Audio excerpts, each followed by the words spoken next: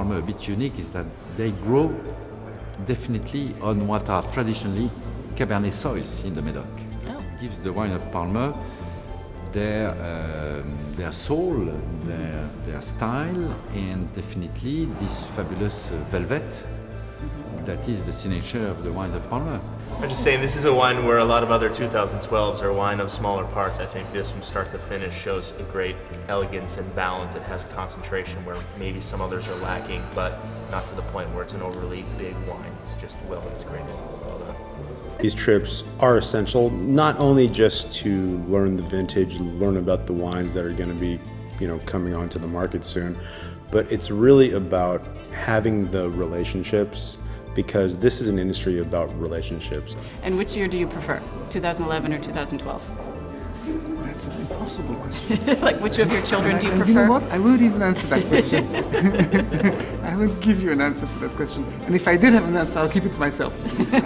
No. Would you answer it in 20 years when it's ready to drink? Well, it's difficult. I think I'm going to give a very stupid answer. All vintages are different.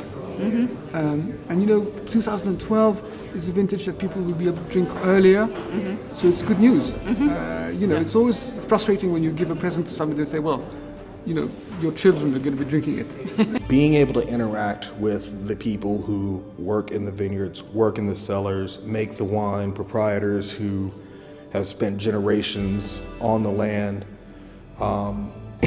who also share their love and their experience with wine, it makes it easier to relay ideologies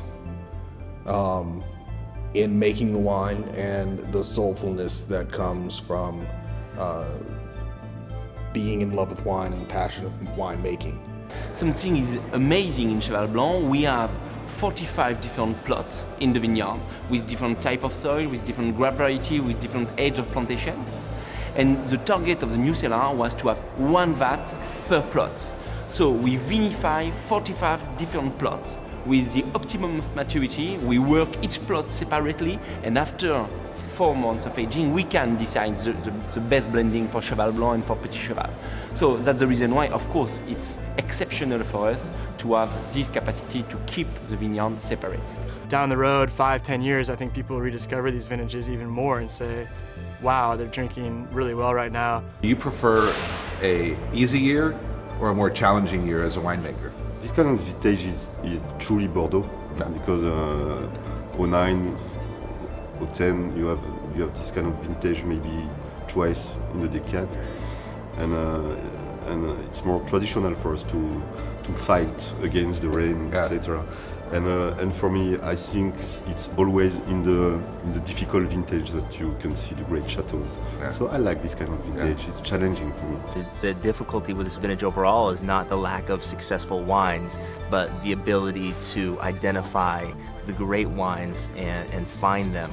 I mean, let's say there's 2 wines that are hundreds of dollars and 2 wines that are under $40, and you find out those 2 wines under 40 provide better pleasure, maybe made better that year. There are very few people that do experience this, and I think when you're a consumer and when you have to make decisions about what you're going to buy, why you're going to buy it, I think there are a lot of challenges, because you don't always get to taste the wine. You have to base your expectations on something.